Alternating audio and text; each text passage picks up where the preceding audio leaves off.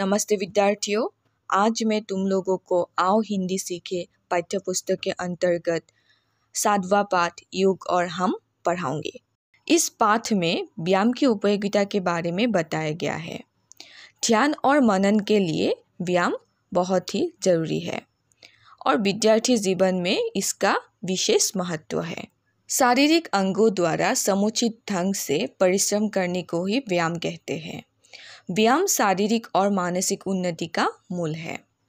शारीरिक स्वास्थ्य, शारीरिक और मानसिक विकास, स्वभाव की गंभीरता, प्रसन्नता आदि के लिए व्यायाम बहुत ही आवश्यक होता है। सबको प्रतिदिन नियम पूर्वक व्यायाम करना चाहिए। व्यायाम कब और कैसे करना चाहिए यह जानना बहुत ही आवश्यक है। व्यायाम हमेशा नहाने और खाने से पूर्व ही करनी चाहिए, नहीं तो शरीर में विविध विकार उत्पन्न हो सकते हैं। व्यायामों को हम 2 श्रेणियों में रख सकते हैं। एक वे जिन्हें करने में शरीर के अंगों को विशेष शक्ति लगानी नहीं पड़ती, जैसे घूमना, दौड़ना, उठक बैठक, रस्सी कूदना आदि। दूसरे वे जिनको करने में विशेष शक्ति लगानी पड़ती है, जैसे कुश्ती, वजन उठाना, तैरना आदि। दूसरे प्रकार के व्यायामों को हर व्यक्ति सरलतापूर्वक नहीं कर सकता। हमें यह भी ध्यान रखना आवश्यक है कि हर एक मनुष्य अपनी शारीरिक शक्ति और आयु के अनुसार ही व्यायाम करे।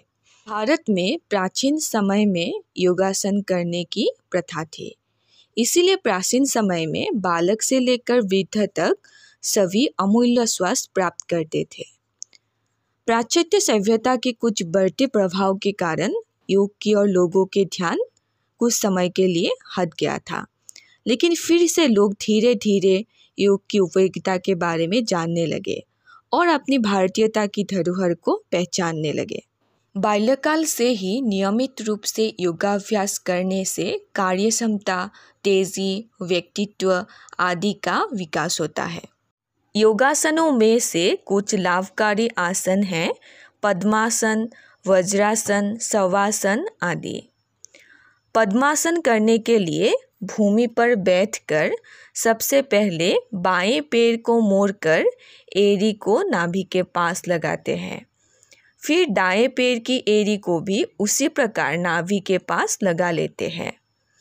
अब नाभि दोनों एड़ियों के बीच में आ जाती है।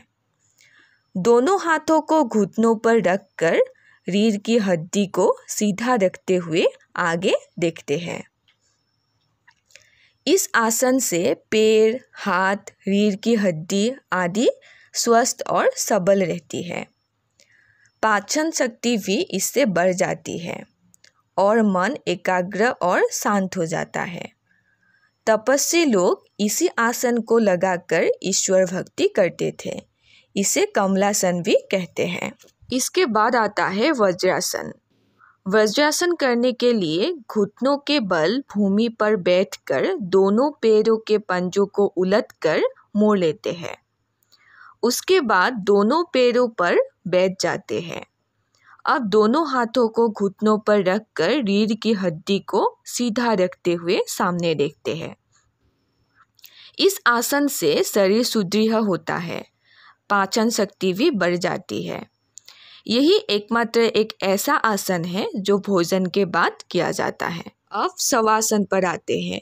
शवासन करने के लिए भूमि पर पीठ के बल लेते हुए दोनों पैरों को आपस में मिलाकर हाथों को इस प्रकार रखते हैं कि हथेलियां ऊपर की ओर रहे। इसके बाद संपूर्ण शरीर के अंगों एवं मन को एकदम ढीला छोड़ देते हैं। इस आसन के करने से शारीरिक और मानसिक थकान दूर होती है और शरीर में स्फूर्ति और ताजगी बनी रहती है। ये 3 आसन तो योगाभ्यास के नमूने मात्र हैं। योग आसनों का भंडार है, जिससे हमारी शरीर रूपी मशीन सदा सुचारू रूप से कार्यान्वित रह सकती है। व्यायाम ही स्वस्थ जीवन का रहस्य है और मानसिक बल और शांति का साधन है।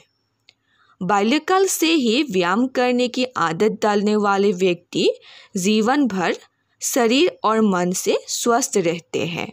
इसी के साथ आज का ये पाठ समाप्त हुआ। धन्यवाद।